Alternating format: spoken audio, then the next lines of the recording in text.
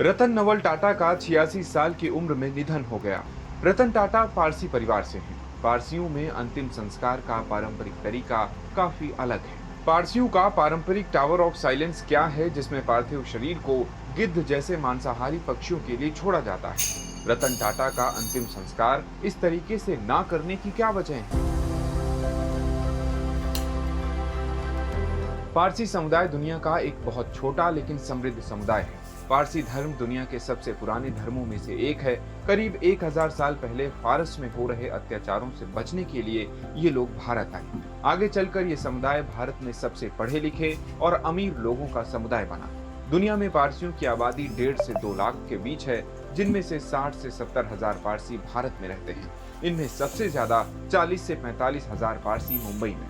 Business के क्षेत्र में टाटा परिवार से लेकर रॉकस्टार फ्रेडी मर्करी, दादा भाई नौरोजी और भीकाजी कामा समेत तमाम लोग पारसी ही थे। पारसियों के अंतिम संस्कार की परंपरा 3000 साल पुरानी है। इनके कब्रिस्तान को दखमा या टावर ऑफ साइलेंस कहते हैं। टावर ऑफ साइलेंस गोलाकार खोखली इमारत जैसा है, जहां मृत्यु के बाद शव को नहला धुलाकर गिद्धों और मांसाहारी पक्षियों को खाने के लिए खुले में छोड़ दिया जाता है।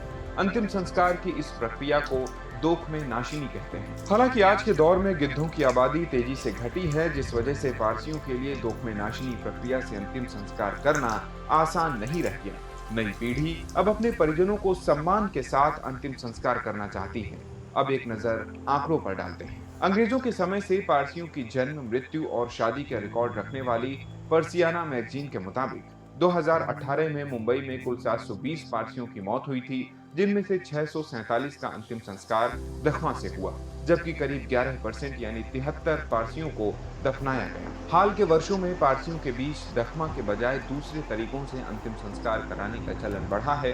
वर्ली प्रेयर हॉल खुलने से पहले मुंबई में पारसियों के दफनाने या दाह संस्कार से 6% अंतिम संस्कार होते थे, जबकि इसके खुलने के बाद ऐसे अंतिम संस्कार बढ़कर करीब 15% तक पहुंच गए। गिद्धों की आबादी घटने से मुंबई में अब पारसियों के पास अंतिम संस्कार के 3 विकल्प बचे हैं। पहला, वे पारंपरिक दफना यानी टावर ऑफ साइलेंस के जरिए अंतिम संस्कार करें। दूसरा, शवों को दफनाएं, या फिर आखिरी, शवों का दाह संस्कार करें। रतन टाटा का अंतिम संस्कार तीसरे विकल्प के जरिए वर्ली स्थित शमशान घर में दाह संस्कार के जरिए किया जा सकता है। इंदिरा गांधी के पति फिरोज गांधी भी पारसी थे। उन्हें अंतिम संस्कार के लिए गिद्धों के सामने शव के छोड़े जाने का तरीका पसंद नहीं था। उन्होंने मौत से पहले अपने दोस्तों से कहा था कि उनका अंतिम संस्कार हिंदू रीति रिवाज से हो, और ऐसा हुआ भी।